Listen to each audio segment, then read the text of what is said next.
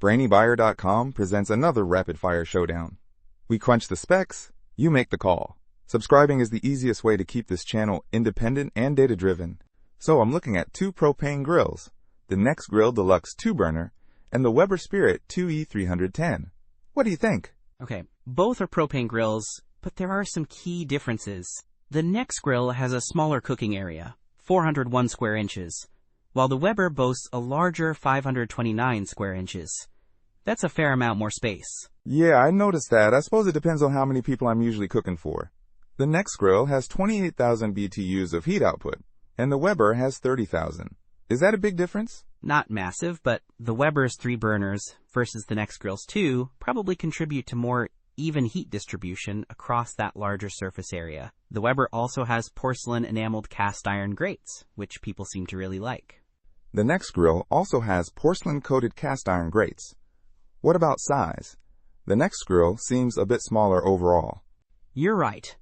The Weber is 52 inches wide, while the Nexgrill is 42.52 inches. But the Nexgrill has foldable side tables, which helps with storage, right? Exactly. Space is a bit of an issue for me. What about materials?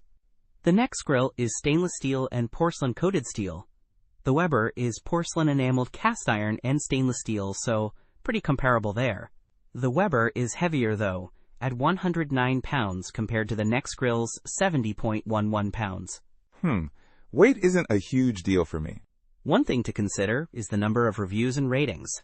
The Weber has a much higher number of reviews, over 3,000, with a 4.7-star rating. The Nexgrill has only 360 reviews, with a 4.3-star rating. That could indicate greater overall satisfaction with the Weber, potentially. Good point. That's definitely something to think about. The Nexgrill does say it can be converted to natural gas, which is a plus for the future. That is convenient if you ever plan to switch. Ultimately, it depends on your needs. If space is a major concern and you're cooking for smaller groups, the Nexgrill might be a good choice.